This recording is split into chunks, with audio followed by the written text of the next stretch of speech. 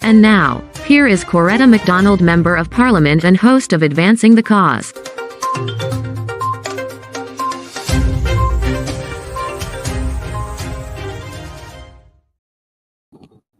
Well, good evening to you all. Yes, I know that you're waiting and you're there and you're all excited about this other edition of Advancing the Cause. So, wherever you are, good night to you. Of course, you know, I have to send out all of those birthday requests, greetings, as a matter of fact.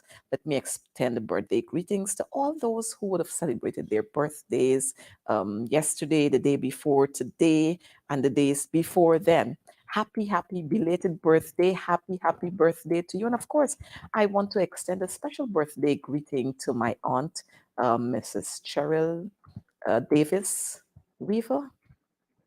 Birthday to you, Auntie Cheryl. I know that this new chapter is going to be quite an exciting one, and we look forward to spending many happy days with you. Happy birthday again. And for all the other persons who would have celebrated their birthdays, happy birthday to you. But you know, we're going to start off this evening. Of course, we have a guest who's coming on a little later. And that guest is no stranger. But let's get very quickly into the highlights of this evening's program. And so, with our highlights, we start off by letting you know that COVID is on the rise again. COVID is on the rise again. So, folks, wear your mask, sanitize as often as possible, and try as far as possible to stay away from huge crowds. And if you have to be there, put on your mask. COVID is on the rise. And that is so because we would have had our numbers raging. As a matter of fact, we had two persons dying just about 2 days ago. Two persons dying from COVID at the hospital there. Two persons, two males, aged 43 and 96. And as of, I couldn't get it today, but as of yesterday, our total score, the total deaths, as a matter of fact, was 1,283. And let me say to you, those numbers are higher than that. We know those numbers are higher than that. But I just want to caution you that you need to take care because COVID is on the rise again. And we would have had 4 new COVID cases reported yesterday. Like I said, I couldn't get it today by the time we started this program, but 4 new COVID cases would have been reported, and that's only what we have documented at the COVID hospital there. Around this country, we have the COVID numbers going. So please, let's ensure that we take care of ourselves. And while we are on that sad part of it, we have 2 other sad issues to report. And those are one, Linden teacher, a teacher in Linden who was stabbed to death by her boyfriend after she decided that she doesn't want to be in this abusive relationship any longer. You know, it's sad. Another mother is dead. Another sister is dead. Another teacher is dead. We need to do something about this. Folks, we have got to be able to arrest this pandemic. Yes, I'm going to call it a pandemic too. And so let me at this time take time off to extend our condolences to the families of Teacher Kelly. Teacher Kelly was a very vibrant teacher in Linden, and we are indeed going to miss her in the teaching fraternity. More than that, her child is going to miss her. And her mother is going to miss her. So many persons are going to miss her. As a matter of fact, the learners that she was engaged with at the time of her death, they are going to terribly miss her. May her soul rest in peace. And then following that, we have another teacher who lost her life just recently at the Georgetown Hospital. Frank Anthony, you need to get this one right. You need to tap in here. And yes, we're hearing that an investigation has been launched, but many, many times we're having investigations being launched and you don't hear anything else coming out of it. This young lady has lost her life. She went there to have a procedure done, kidney stones. It was successful, and we don't know what happened after, but she's now dead. And she too was a teacher. We want to extend condolences to her family, her school family, her immediate family, and everyone else who knew this teacher, another vibrant teacher, is has gone to is now dead. We can't continue to lose our people.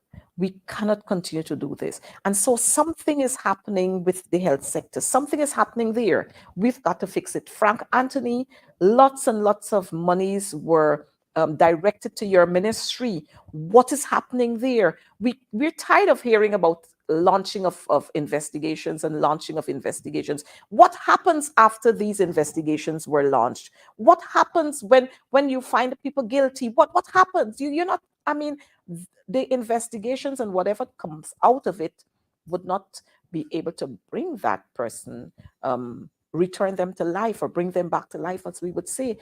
But we need to know what's happening. You got to fix it, Frank. And so it's sad when we lose our young people, um, as a result of neglect, as a result of abuse. And then we're moving off from that, and then we're going to the courts now. We saw a couple of days ago a young British citizen who assaulted the Guyanese critic. She was quickly passed through court and she was fined $15,000. But we are still asking, when is going to be the court day for this young man here, Ozzy Roberts? Rogers, sorry. Look what is happening there. When is going to be his court day? Look at that. Look at that. Look at that.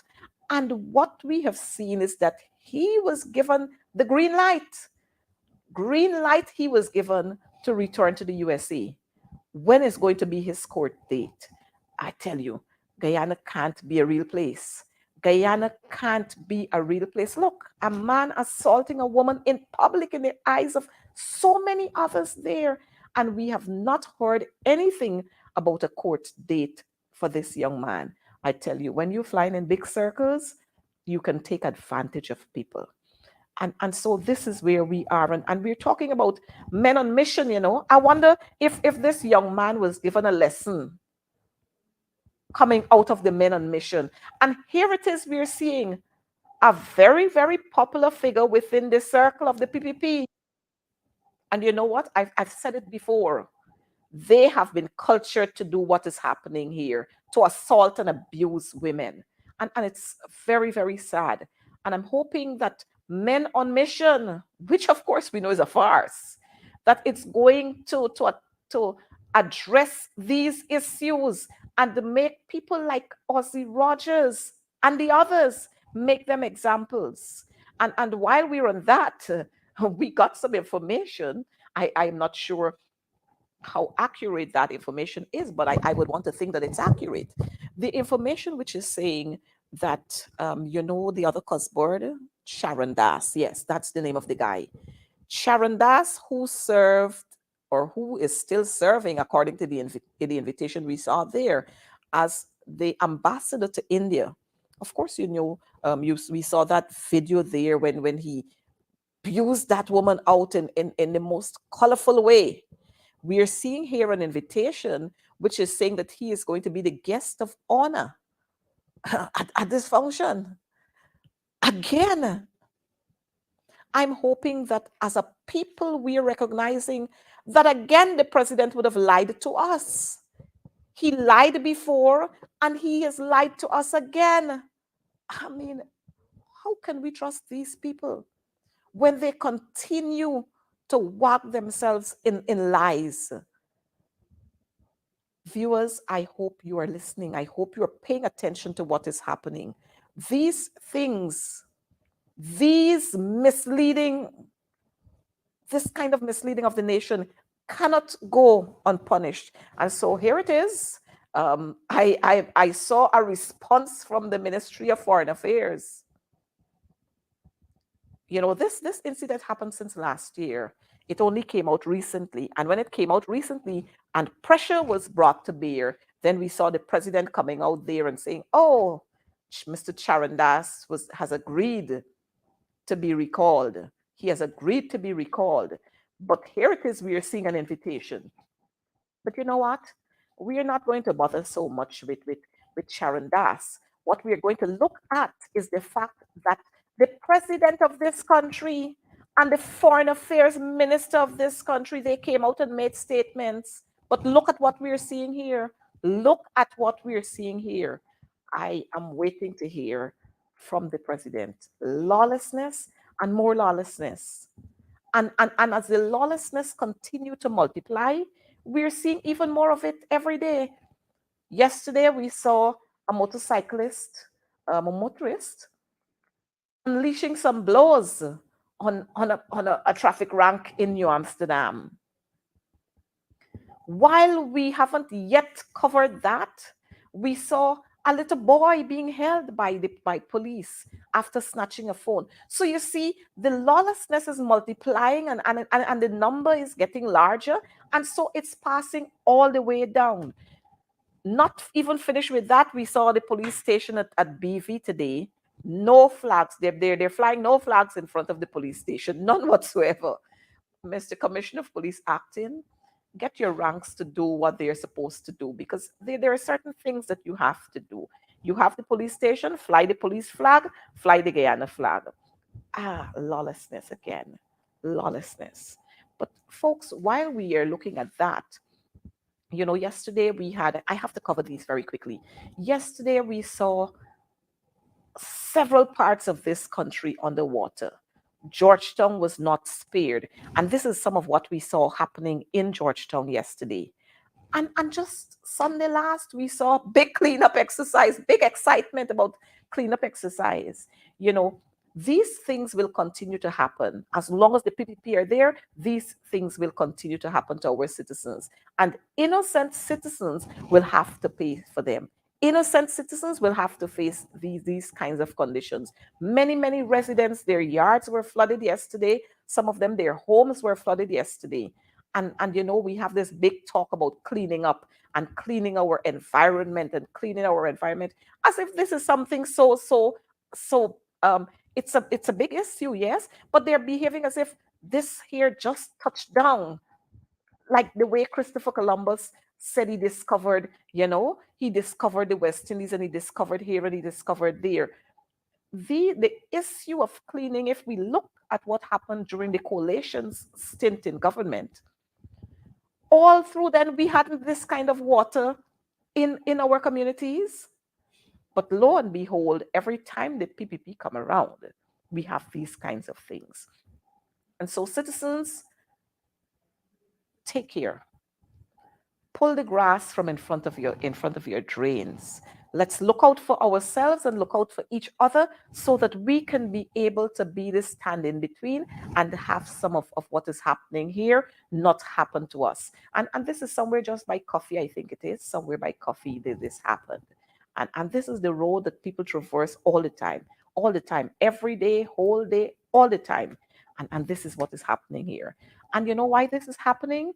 Because the president and the prime minister and all the others, including Dharamlal, they have decided to do what the city council is supposed to be doing. They have taken on this by themselves and they don't know one thing about what they're doing there.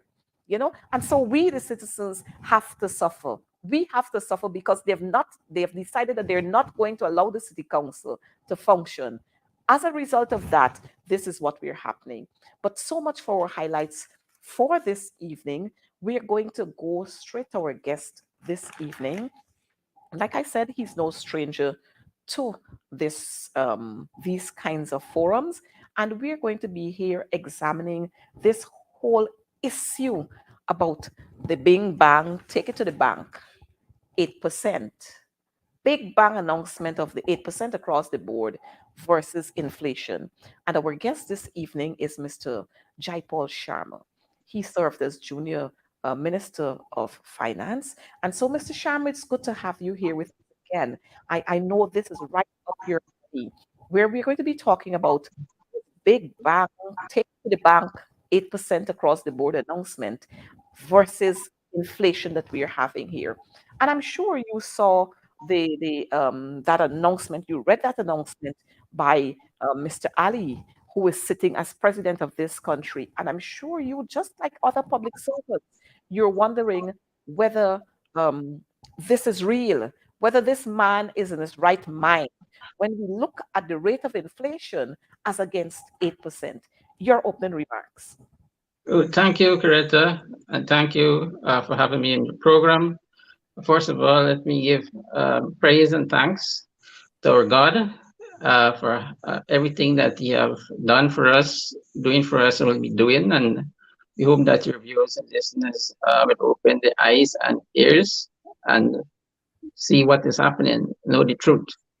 And indeed, Coretta and viewers and listeners, the 8% across the board increase means nothing to our public servant.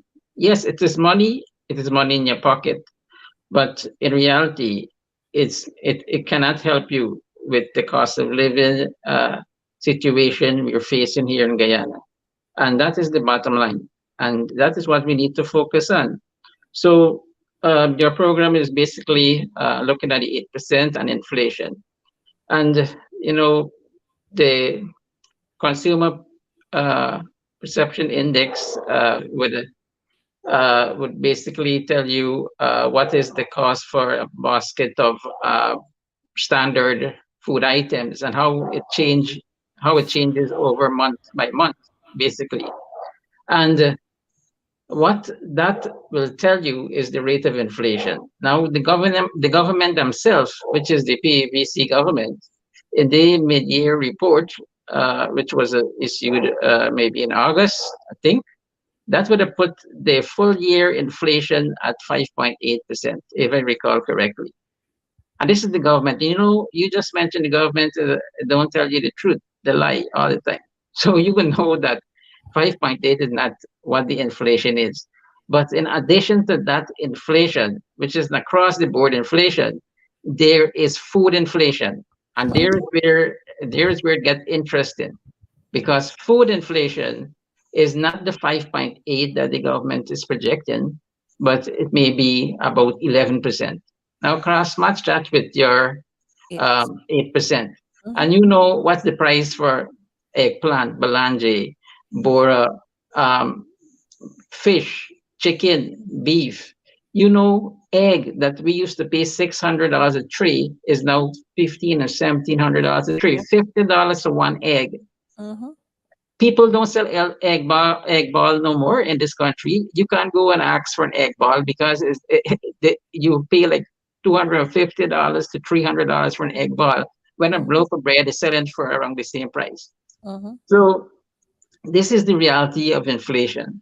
And every single Guyanese is facing this. But Guyanese is a people that remain very quiet, very silent, and they don't want to embarrass the government, their government, because they put them there. And but they're feeling it. I'm in Diamond. I go to the market. I go to the market personally myself. And senior citizens and even young people complain about the prices at the Diamond market.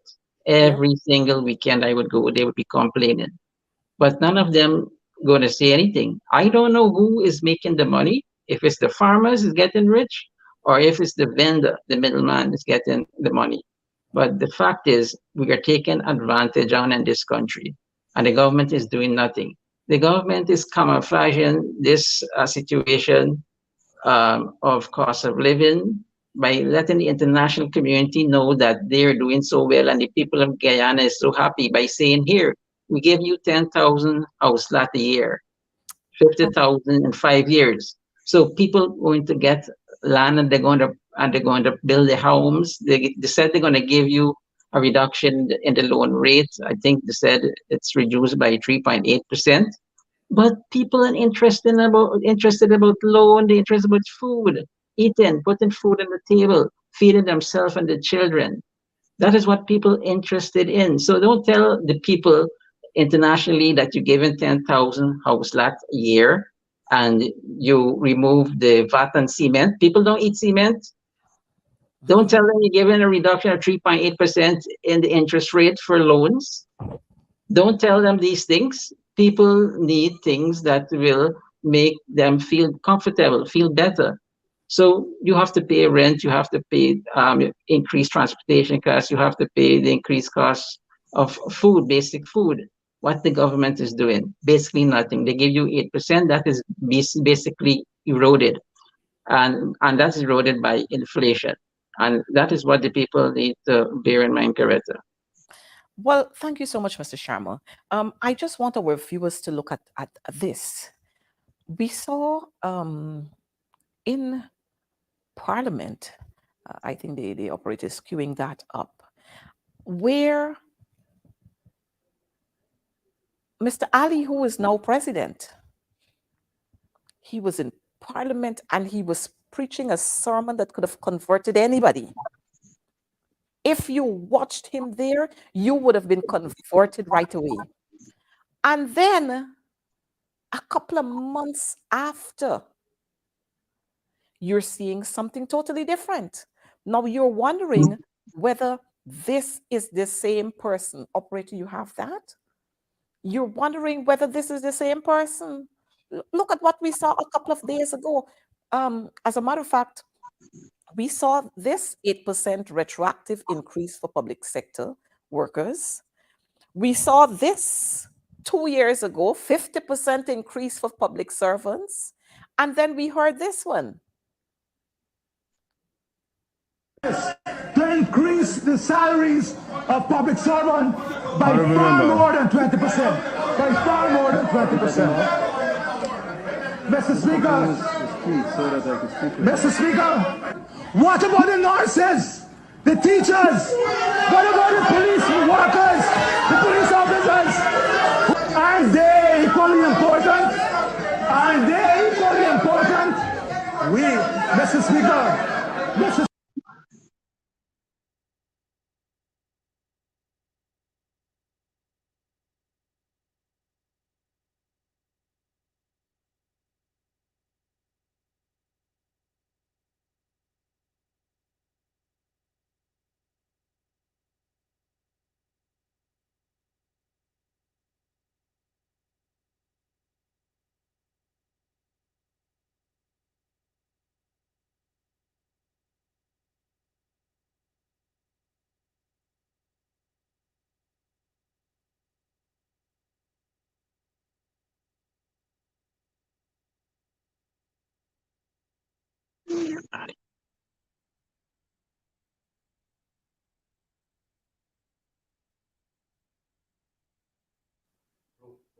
Yes, I was just saying this 8% retroactive that the president is here talking about. This was the very man who was concerned about the teachers and the nurses and the policemen and other public servants. But a couple of days ago, 8% as against what was promised, no less than 20, even though they had a 50% increase for public servants posted on almost every lamppost across this country. And then you saw this here. But we're trying to look at what is 8%, what does 8% mean for a regular public servant when we compare that to one, inflation, and two, the salary of the president and the prime minister and the ministers. What does 8% mean to the public servant and to them? How do we balance that scale? Well, Coretta, I was there in the National Assembly as a minister when the then shadow minister of the PPC for finance, Muhammad Ali, would make those laughable remarks. And you would have heard you would have heard the opposition is laughing, his own party, and the government is enjoying themselves because they know, this is total lie, shame, and disgrace upon the PPP. In 2015 budget and 2016 budget, those remarks was made, and one of the key points I drive home, and I would have probably posted that as the Equal Rights and Justice Party, because I found it very hilarious and make me laugh every time I listen and look at it.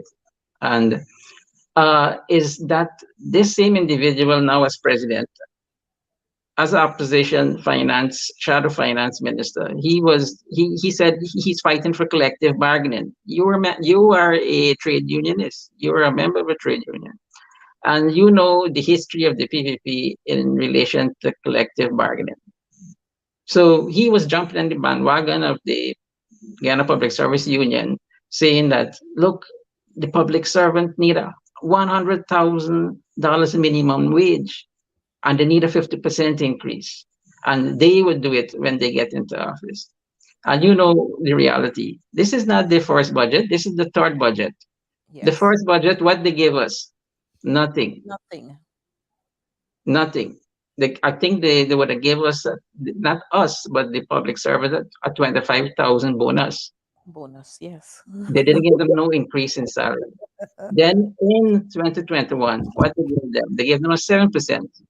The inflation rate actually was like about 5 to 6% at that point in time. So it didn't really mean anything. If you look at it, you could segregate that and say that actually would have given 3.5 for 2020, 3.5 for 2021. But come in 2022, the third budget, they gave an 8% across the board increase. How ridiculous. 1% more than they gave you in 2021. Yeah. And this 8% is coming on the backdrop of this government benefiting tremendously from the windfall from the oil and gas. Yes. Matter of fact, in the budget, they would have put like some $15 billion set aside for wages increases. And I'm a very outspoken person. I was saying to the union and the opposition, why you don't demand them that they utilize that money they have in the budget there now, that excess of 15 billion, to pay an interim increase to cushion the effects of the cost of living. Nothing was done, but that money, that 8% is coming from that money that was in the budget since 2022. It's not coming from the oil and gas money, the billion of dollars they collecting from oil and gas, and they projected to collect in excess of $1 billion alone this year from oil and gas. So you're not benefiting. So they're not saying to you, the people, how much this 8% transcends into the 15 billion they put aside for us. But the president said they're coming with more things for the public servants, more packages, and this is only the first phase. Well, no matter what phase he puts, still it wouldn't mean anything to the ordinary public servants. And Coretta, you should know that I could testify that being a member of the AP and UAFC government, a minister with some responsibility for the Ministry of Finance, it was tremendous that what we accomplished in those 4 years of producing budgets. 4 years we produced 5 budgets. And we couldn't produce the final budget because, Yeah. Mm-hmm. what was the reality of the no confidence motion. But Coretta, our first budget was so amazing, and the people was so enlightened and so happy. It was unbelievable. Beans, you would not know because, of course, you weren't in the politics then. But I could tell you the reaction of the people when we announced that we will be given a 26.4% increase. Mm-hmm. And what that meant for their ordinary public servant, correct? Yes. Uh-huh. So when we got into office, there were 2 minimum wage in the public service. One, there was a tort $9,540, and there was a far $2,703 that public servants was increasing. What we did is that we said from the onset, and this we took office in May the 16th, the Ministry of Finance, then Finance Minister, Winston Jordan, produced a budget in July. And you know what he did? You know what the government did? Is to move that minimum wage of 39,540 or 42,703, and we said right away it's 50,000. Right away it was 50,000. And so that person that was collecting that 39,540 automatically got $10,460 in their pocket. Just imagine one stroke of the pen. Yep. You give the poor person, that poor struggling public servant, that amount of money. And thereafter, from 50,000 going on to in excess of $1 million, the increase was 5%. But the increase, it was a formula. That is what the PPP don't understand. Although we gave 5%, it was more than 5%. Because if you recall, we gave a 5% and a $5,000. So when you calculate the increase on your salary, you calculate 5% for those who were getting 50,000 or more, and then you add a 5,000 to it. And that was to prevent the issue of bunching and, the scales going to bunch together and things like that. So we formed that separation. So that was the first set of increases, and that increases ranged from 26.4 to 5.5%. So those that was getting $1 million or more was getting 5.5%.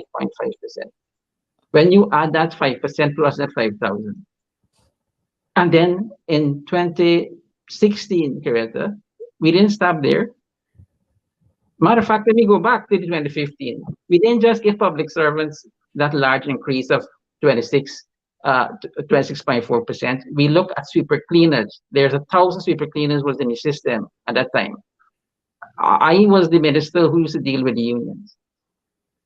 Right? So Minister Jordan would separate who dealing with the various agency consulting with the Ministry of Finance. I was the ministry identified to deal with the unions.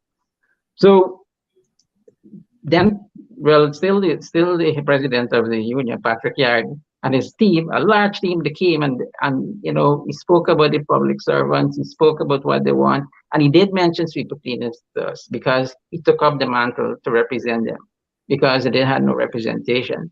1,000 of them. We looked at it and we said we're going to give them 54% increase because the PPP treat them as casual worker, part-time worker, having sweeper cleaners only working 5 hours per day.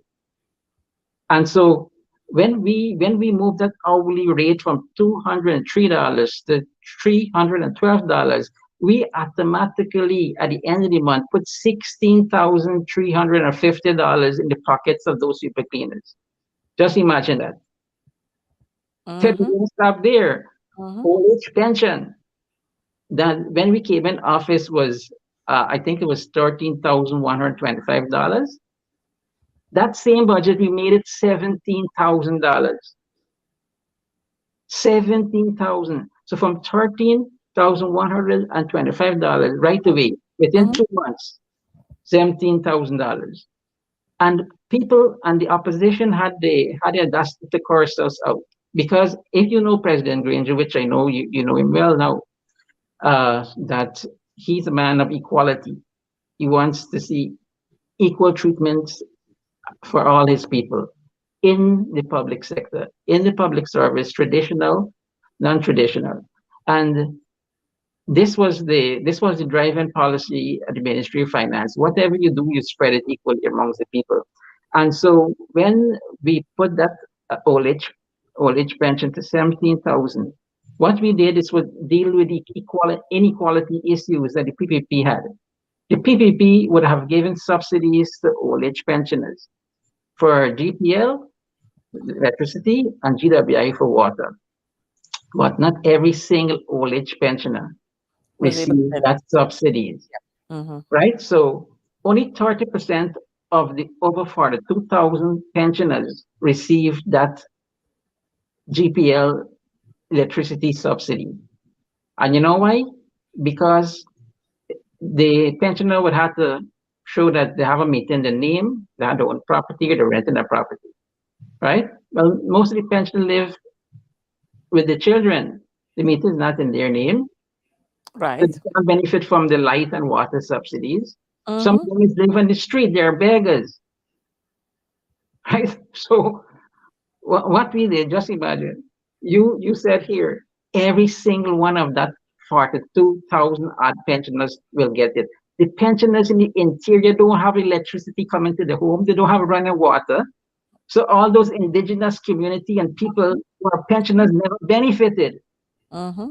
Mm-hmm. Automatically, they're now benefiting because they have to show that they're living in a home, they have running water, they paying electricity bills. They automatically benefited.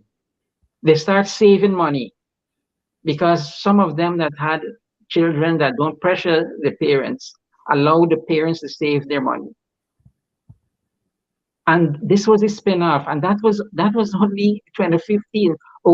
Old age pension public assistance moving from 5,900 to 6,500. When Mm-hmm. you have to imagine in 2015 alone, that measures that we put in place there for just salary, the impact it had. Also, it impact NIS because your minimum pension at NIS increased because minimum pension is equated to half of the minimum wage. Okay, so automatically you increase the minimum wage in the country, the minimum pension NIS is now increased by half of the minimum wage. So these are the spin-offs. So come to 2016, again, we gave very high increases, and it started at the lower end at 10%, and it went on to at the higher end to 1% for those that earn $1 million.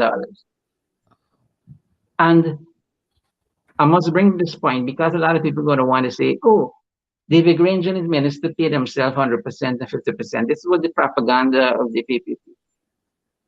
Okay? But those increases I mentioned to you, the ministers never, or the president never benefited from it.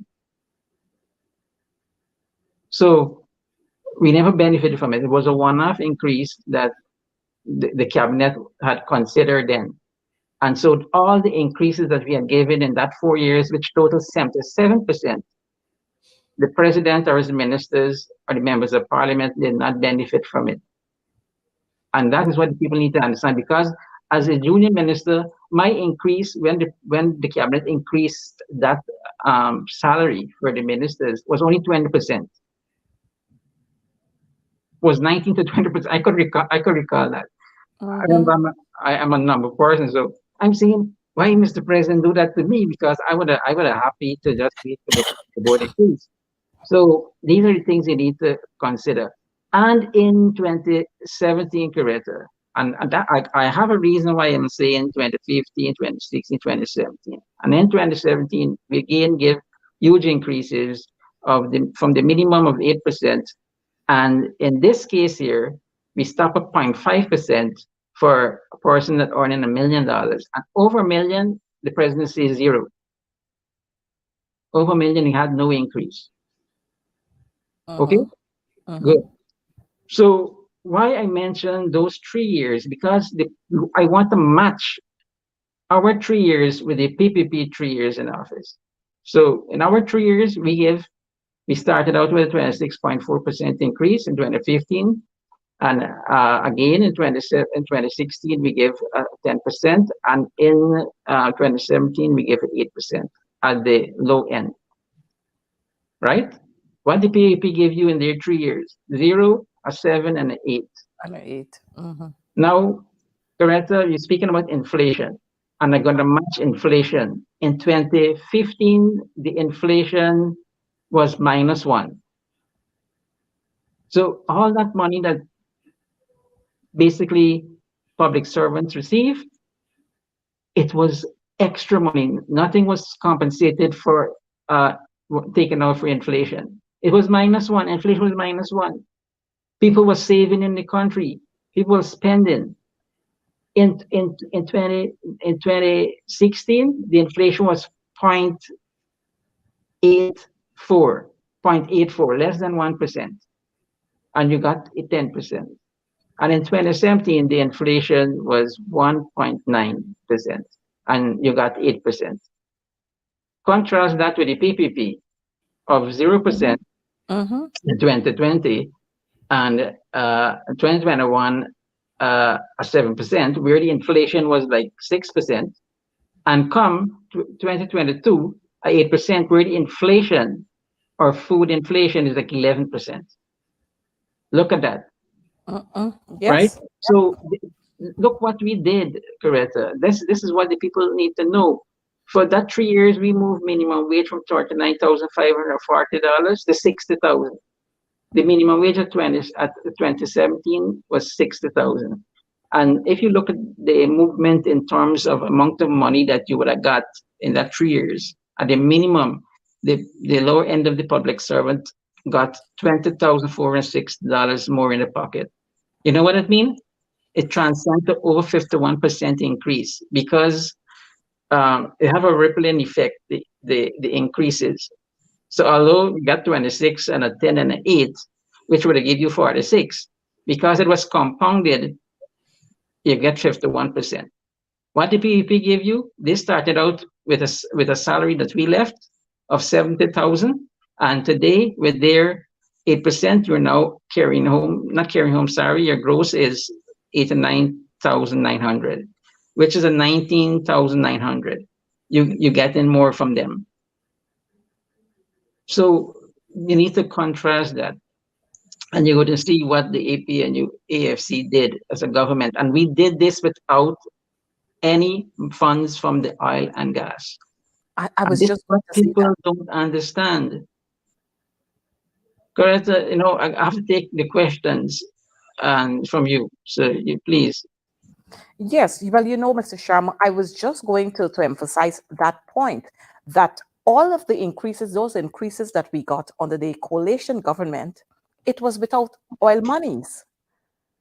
Now that we have oil monies, the residents, the citizens, everybody was expecting that come 2020, after we were plagued with the coronavirus, and you had to spend so much monies that you did not budget for to buy masks and hand sanitizer and more disinfectant to clean your homes and your yards and so on.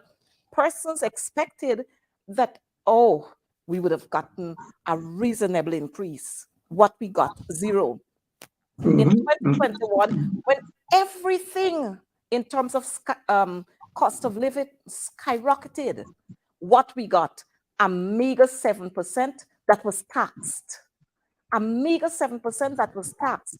And the difference between the coalition government and the PPP is that under the coalition, it was done in steps, the increases. So the persons who earned larger, they got the least of the increase. And the persons whose salaries were the lowest, they got the highest of the increase. But what we are seeing here, the cabals taking the hag of it, they're enjoying the 8%, not the regular public servants. They're the ones enjoying the 8%. It's for them, their friends, and their families. And so the gap between the rich and the poor will continue to widen. The poor will never be able to catch up, not even to make it halfway to get to the level of the rich. And so we will continue to have our people living in poverty. Living in poverty. We have here the teachers. Look at what's happening to the teachers. Look at what's happening to the regular public servants out there, the sweeper cleaners, the nurses. All of these people got families. We just looked at a basket for four, a single mother and her three children. And when we would have completed that basket for four on basic items, it surpassed her salary of $172,000, $84,000, $96,000. It surpassed there because when you have to add rent and utility bills and transportation cost and the food, well, don't talk about food. That's a big man by itself. I was saying last week, a little cabbage this size, $2,000. Now you tell me how many ordinary poor working class people can afford that. Yes, Coretta, absolutely true. And I just want to let your viewers know some additional facts, and that is the PPPC ability to pay a much better increase in salary.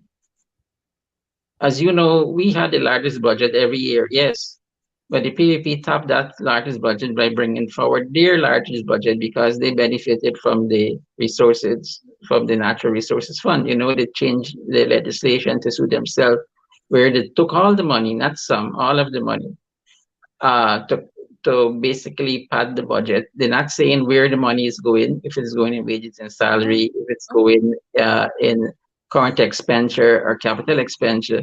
It's just basically budget support because the PAP is producing budgets that have huge deficits, very huge deficits, and the deficits the money from the natural resources funds being basically taken up by the deficits.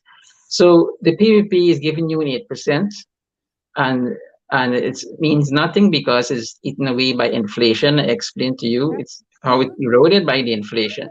But you Mm-hmm. know the PVP had the ability to pay much better than that. You know the PVP could have give you that 100,000 minimum wage if they wanted, because you know it is widely known and the PVP accepted that the economy, the GDP will be grown by 58%. Just imagine that. So if the GDP of the country, because of oil and gas, additional resources, will be growing by 58%, and the PPP have the largest budget ever of $552.9 billion, if I ever remember correctly. Now, if you look at the increase in the PPP budget compared to 2021, where it was $383.1 billion, and you subtract that from this year's budget of 552.9 billion, you will get 169 billion increase. Now they increased their budget for a year $169 billion Yeah. and giving you 8%. And That giving percent. transcends to they increasing their expenditure by 44%, right? But that is not true. They increased that budget actually more than 44%. So most of our economists would say to people that the PVP increased the budget by 169 billion, which is 44%. Is not true because you were sitting in the parliament maybe. Uh, I don't know if it's during the suspension. You were one of them suspended. No, no. Okay, good. You're a good girl. Well, So I don't know how I was so spared. so, so they came in August and they asked for supplementary provision. You remember that? Yes. And that supplementary provision is in excess of $4.8 billion. You have to add that to the budget. So actually, their budget is increased from the last year budget by a sum of 214 million, which is around a percentage in excess of 56%. But they're giving you 8%. They given you 8%. And the inflation that we experiencing is not because of no issue with war in Ukraine and Russia and because of fuel No, prices. no. It's because they are creating the inflation in the country. Any economist could tell you that the government is creating the inflation. And I would have mentioned before in programs like yours about the budget going to create economic genocide. Yes. I was the first. I'm hearing other speakers speaking about economic genocide. I'm happy because I saw that the expenditure of the PPP administration since they came into office in August of 2020 and the spending pattern continued in 2021 and 2022 and the remainder of the year, they're spending too much money. Okay? They are spending so much money that it cannot be absorbed properly in the economy. So there's excess cash out there. And that is what is causing the inflation, Coretta. So they're creating this issue of the inflation that we're experiencing here. And it is basically called demand pull inflation. Mhm. And demand pull inflation is when there's money out there, okay, in the hands of a few, and they're demanding the goods and the services that are limited. Now, why you think greens are expensive? You would have saw recently in the newspaper a couple months ago that tomato was $800 a pound, and they say it's because Exxon's worker purchasing out all the tomatoes. Oh, You can't remember reading that? yes. Mhm. Good. So when you have all of this cricket carnival and all these hotels putting up and all these tourists coming in the country, they're competing for those same food. So the PAP did not increase the food production. They're talking about increasing food production, but they didn't increase the food production because the foreigners that come into the country gonna want the best quality. So I was in the market purchasing tomatoes too, around that same time in the article. And I purchased in tomato $800 a pound. And my tomato have some sores in them, burn, the damage. Because it's selling the best to them and we are paying the same price, but we have to take what we get at the market. And so this is ridiculous. So the PAP is causing inflation by the amount of money they're pumping into the economy. And they should, and they're doing that because they want to fool the people, they want to win the next election and so forth, to continue to win election. But it comes with a cost, and the cost is inflation. And who's paying it? Not the government. It's we the people are paying that inflationary cost. So they're creating this inflation. And that is why I refer to this economic genocide in the various budgets that they prepare, because they're not equitably distributing the money uh, to the people, so it could cushion the cost of the rise in inflation. And that is the issue, Coretta. So they give you 8%. And here what they're saying when they give you 8%. I heard that they said that they give you 8% because they don't want to create inflation. Right? So, this is it. You know, they created it and then they tried to give you 8% for just level it out, basically. But And so Coretta, yeah, go ahead. no, sorry, you go ahead. Yeah, and so Coretta, I said I would give you some figures, because I stopped at 2017 and we have to go to 2018 and 2019 our budgets and the increases that we gave. And in 2018, Coretta, we gave a 7% at the lowest level, and we gave a 0.5% again for those that was earning above $1 million. And you gonna remember this, Coretta, because we gave the teachers 12% for Mm-hmm. 2016 and Mm-hmm. 8% for 2018. And we, Mm-hmm. we give we give the teachers that because you were instrumental in having a nationwide protest Yes. against government. And Mm-hmm. and and that is what collective bargaining is about. So where's the unions? The unions could have forced the government hands to give the workers something better. Because look what you accomplished, right? It's not really the government didn't want to give the teachers that, but the multi-year agreement came to an end, and we had to negotiate. And I would understand you represent the teachers and you want your money, and you got something far better than, as I said, Yes. you were given 7% Mm-hmm. in 2018 when the teachers got 8, and we went back to 2016 and we gave a 12%. When in 2016 it was 10%.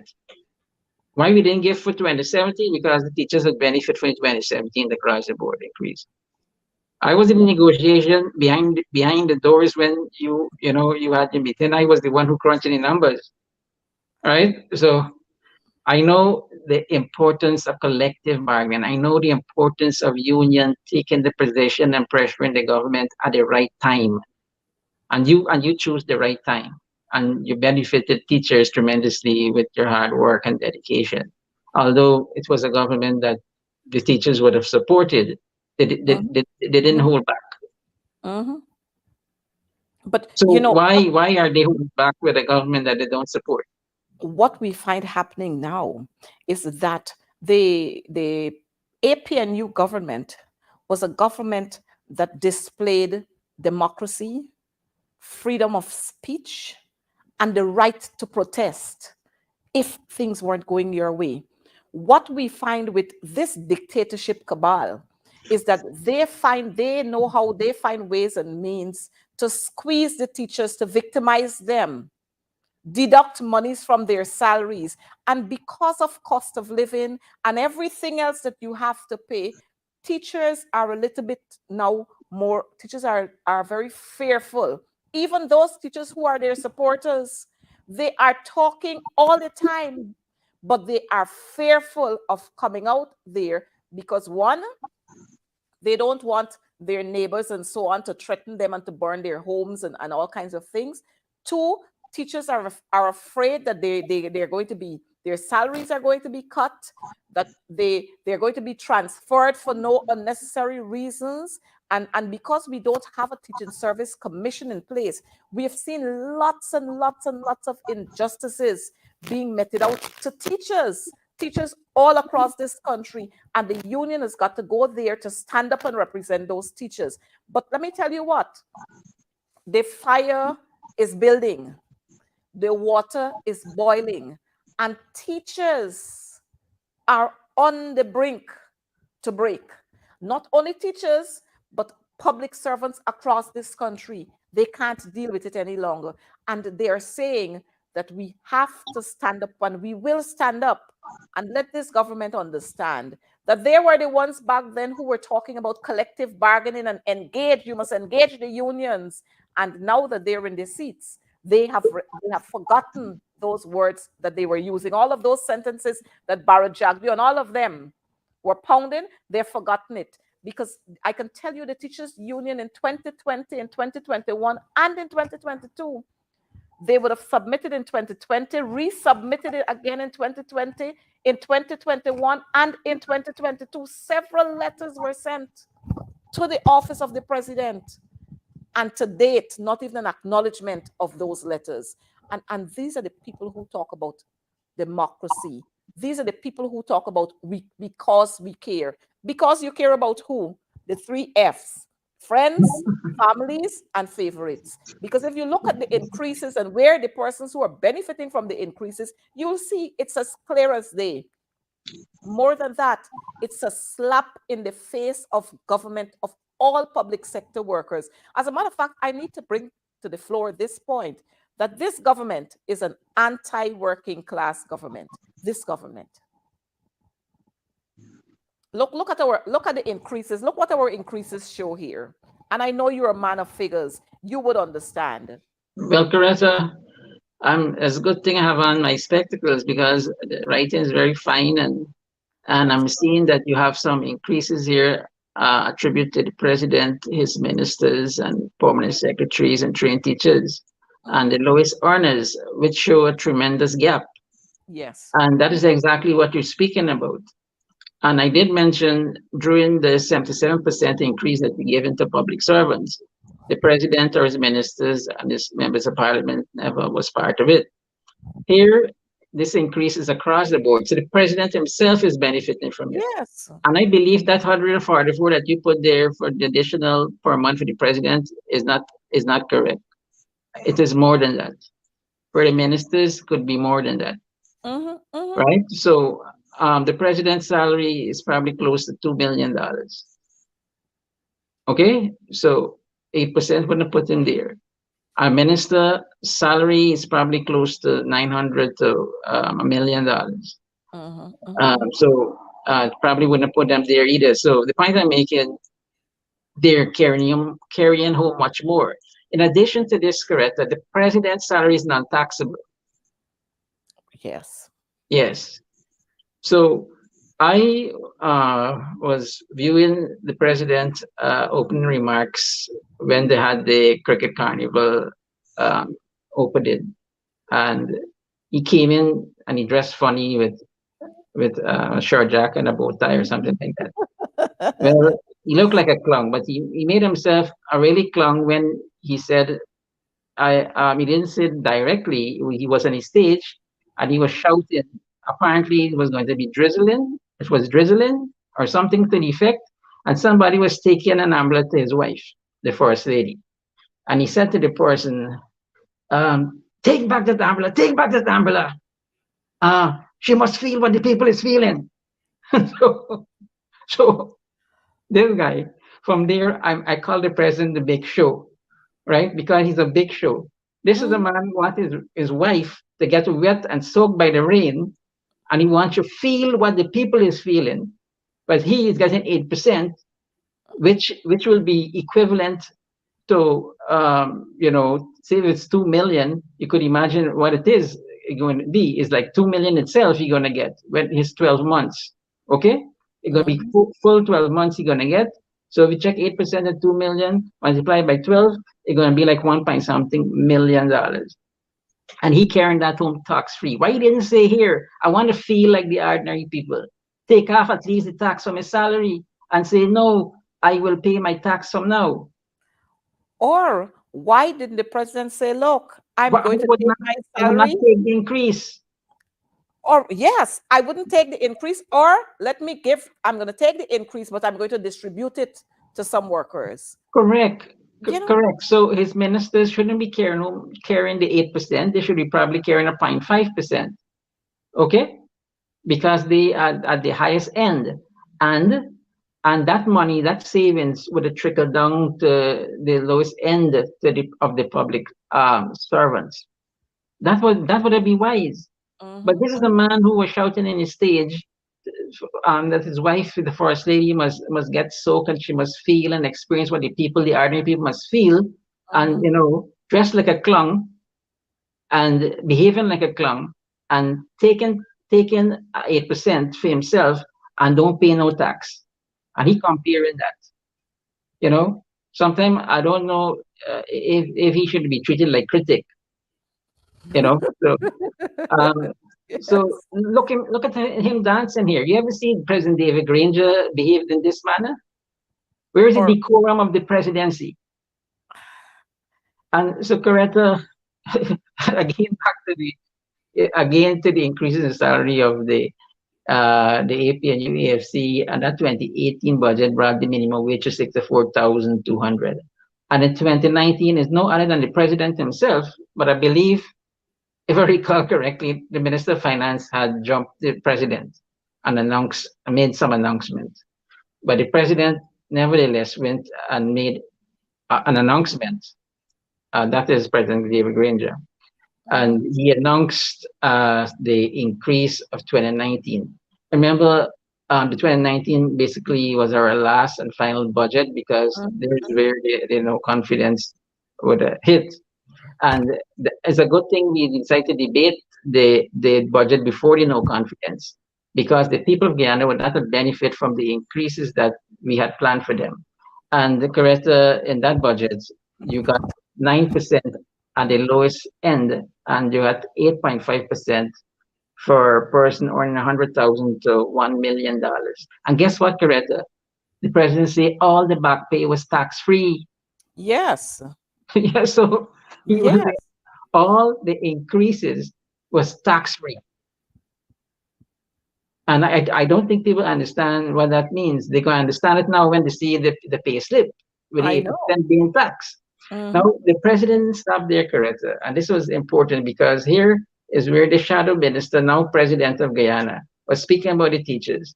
And what President Granger did in that 2019 budget was tremendous, because he did not only look at those increases, which was very generous.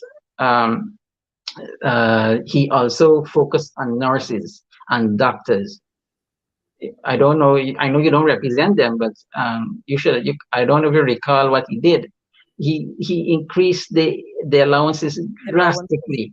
Yes. Right. Yeah. So if I should recall that some of the allowance, like station allowance, was increased like about, I think it was $2,800, and he moved it to $10,000. 260% increase. The PPP and all the 23 years of government, one time they touch allowances and they never touch it back. Is when we came into office, we didn't touch it throughout too, but we looked at the nurses allowance in 2019. I make drastic change. like the hinterland allowance, which was two allowances they used to receive, 4,000, 12,000. The presidency, the 12, you're gonna get, they're going to move to $24,000. Just imagine that. Mm-hmm. I got risk allowance also. Yes. That was at $300. The president said it's $5,000, a 900% increase. We have uniform allowance again, and it was 13,000. We made it $22,000, Mm-hmm. and things of that nature. Mm-hmm. And although we did all of this, you're going to tell me the turnout at the polls was as what is being declared? Could never be. So, um, Never be. so we did a lot, and we doing all of these things, right, without any money from the oil and gas. We saved the sugar industry. About 90% Indo-Guyanese, and 90% of them supports the PPPC. And Mm-hmm. when we got into office, is the CEO came to the Minister of Agriculture and say, here, if we don't get some bailout, we're going to close all the estates. And we say, no, wait. But it's a good thing they didn't ask me. I would have said, let it close. Honestly, I would have said, let the estate close now. Not to punish the people, Mm-hmm. but for them to realize who destroyed the estate. Yeah. Because when we start to pump the billions every month into the estate and we decide to shut three of them, we get the cost down. Right? The people say we don't like Indo-Guyanese people. We don't like the supporters of the PPP. But IMF was on our backs from 2016, 2017, even 2015. They say, here, you can't do this. Right? And so although we were giving Gaisuku $1 billion a month to keep them afloat, $1 billion a month, we went ahead and we went and had NISIL took a $30 billion more. So although they didn't get the money from central government, we put that assistance to the Gaisuku through NISIL. Well, NISIL and Gaisuku had their own fights, and Mm-hmm. and so but they got through it anyway. And even Central Housing and Planning Authority bailed out Gaisuku. I was the minister. I remember recalling that Gaisuku had money. The Ministry of Finance say we can't find the money. NISIL say they can't give the money. I say, wait, Central Housing and Planning Authority need lands. So take the lands from them and give them the money. And so $2 billion came from Central Housing and Planning Authority to Gaisuku, 2 billion, because they purchased lands. That's the same lands the PPP now have in the possession sharing out. Sharing out. Yes. And So behaving it was and acquired. behaving.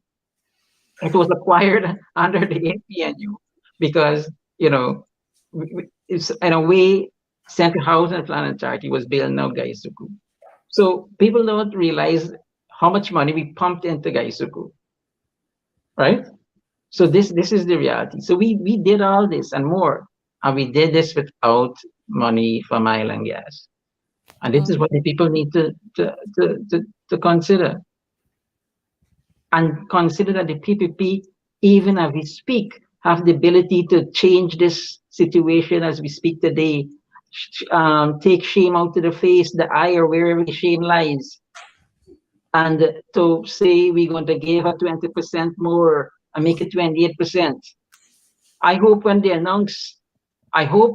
Mr. President Mohammed Ali announced the tax-free bonus for the disciplining forces, that he would say they're getting 3 months. And I have a reason why that I say 3 months, because in 2020 he gave them only 2 weeks. And in 2021 he gave them a whole month. See, double it.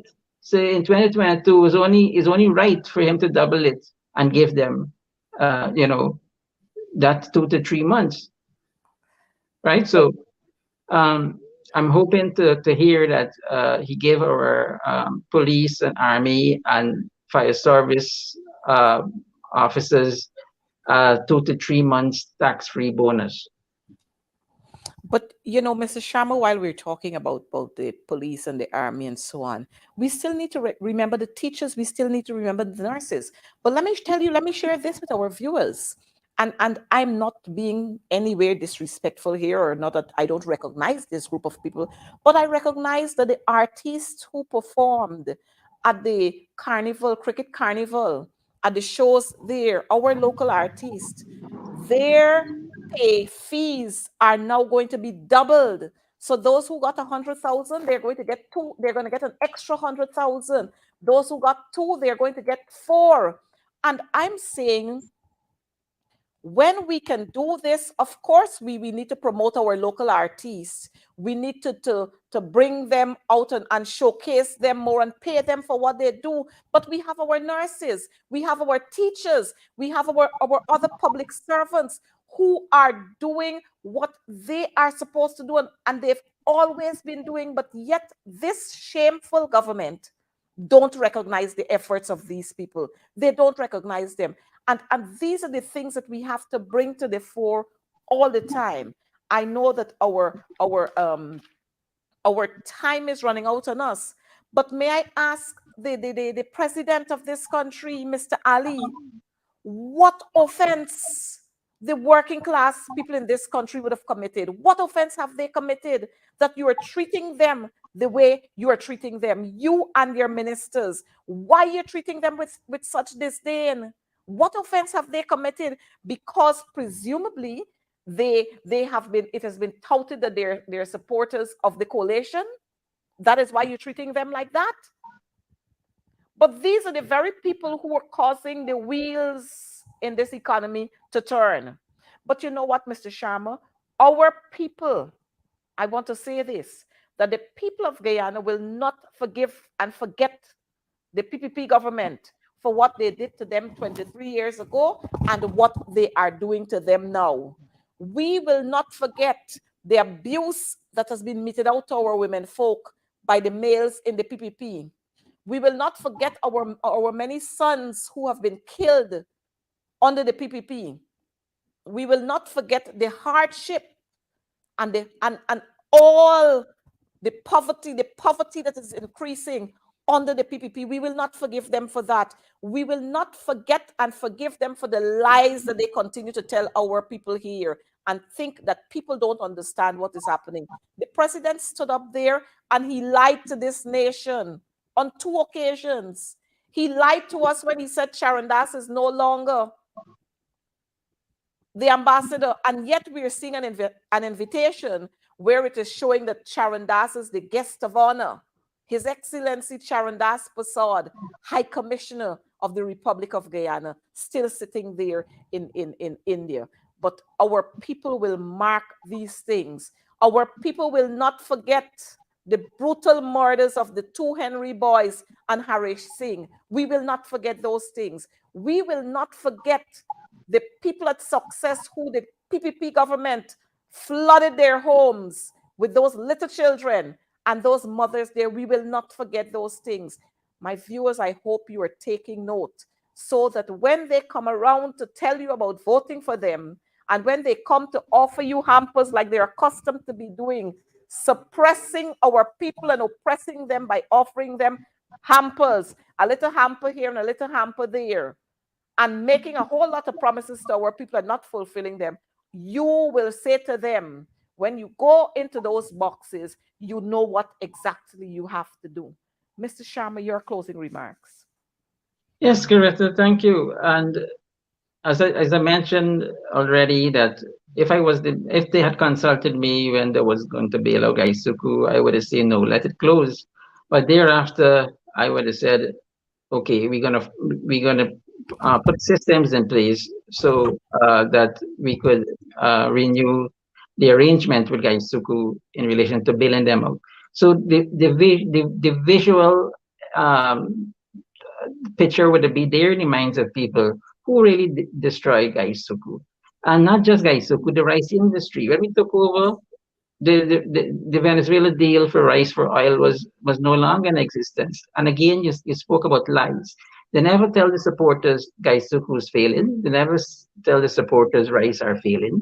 And if you had follow me, Coretta, you had known, probably you would have known that in one of the budgets, maybe it's the last budget, I believe so, was in 2019 budget, I coined the phrase "sweet lie alley" because I spoke, my speech as a minister of finance, minister within the Ministry of Finance, was to rebut him, and so I decided to target him, right? And his revelation about our budget, and I pinpointed everything that he said. It was a lie because he started out his debate by saying um, Winston Jordan budget is a big lie, a sweet lie, and I coined that phrase and said, "You were the one that's speaking the lie. You were sweet lie Ali," because everything in your debate was a lie. And thereafter, you would have heard that I would have said, I would have stepped down as a minister and make him the minister within the Ministry of Finance. Yes. It's for those same remarks that he made there, let him make the reality. So if you think that the government, no, in our own government, you would be seated as a minister of finance, a minister within the Ministry of Finance, you wouldn't know the numbers. You wouldn't know, you couldn't go and say to the people, we could have do better, we could have paid 50%, we could have give you 100,000 minimum wage. Things of that nature. So that was the kind of understanding. But it doesn't mean that I would have resigned as a member of parliament. We would have still have our one-seat majority. But he would have had to change and come into our side as a minister. Come into our side. Right. And he couldn't speak lies because he was the biggest liar of all of them. So I wanted to stop the lies and shut his mouth by bringing him over to our side. And that was the kind of dynamics. In our AP and UAFC, I don't believe we had too many politicians because we never play politics. The PAP play politics, but we never play politics. We were very honest. We were very honest, and we never play politics. As you said, David Granger, that allowed people to call him names and cuss him out on television, radio, and cuss out his government. Never one day took anybody to court for libel. Even when they threatened his life. Yes. You saw his reaction. And you saw the police reaction. Right? So, and this was the commander-in-chief of the armed forces, and then cadre of the hierarchy of the police wasn't in support of doing anything for deal with the attempted assassination of the president. So you could understand the environment that this AP and AFC government was working under. Yes, and then let me interject. We had a man of unsound mind in Nabacalis or somewhere there who spoke out against the killing of that young Bacchus's boy, and he said what he would have done, he would shoot the president or something like that, and he was dragged out by the police. They went to look for him, and he was placed before the courts, and then the medical records had to show, look, this is a man of unsound mind. But these are the people who we have to deal with. This radical, ruthless, and cruel regime that we have to deal with. They don't care about little babies. They don't care about women. They don't care about anybody. But like everything else, I'm hoping that our viewers are watching and they are taking note. Mr. Sharma, our time is upon us. I want to thank you so much for spending this time with us. I know that our viewers were having their comments there and they did enjoy the program. We're going to bring you back so we can talk some more as against inflation. Before we go, let us wrap up with a little video we have there from Glenn Lal. Viewers, thank you for watching. Remember, COVID is on the rise. Stay safe and be careful. We'll go out with that video. Thank you. Hospitals storing infectious syringes and dirty needles in Coke bottles and plastic cans. Is this where our health sector has arrived at? As the fastest growing economy, according to the World Bank? No, man, no. It can be. The Auditor General's report revealed that today. Looks, it's in the Kaicho News. And here it is.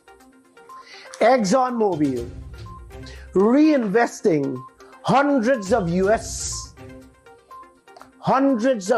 millions of our money to make more money for themselves, while Guyana borrowing loans to pay interest.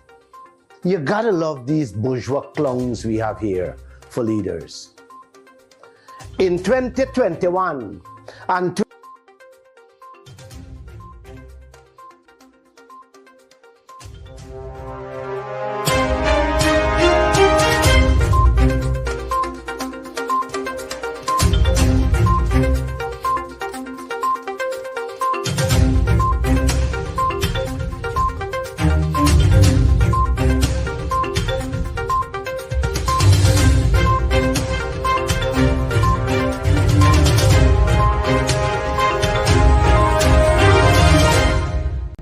Thank you for watching our program.